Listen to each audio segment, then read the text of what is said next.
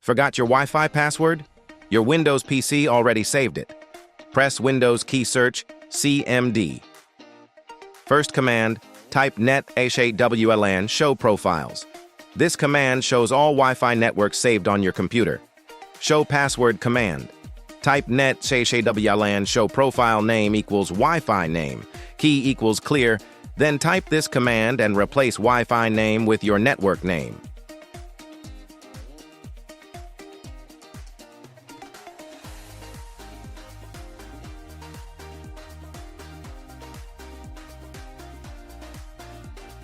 The password will appear beside key content. That's it. And save this tech tip. Don't be left behind. Stay secure, stay updated. Like, share, and follow for more tech tips and reminders.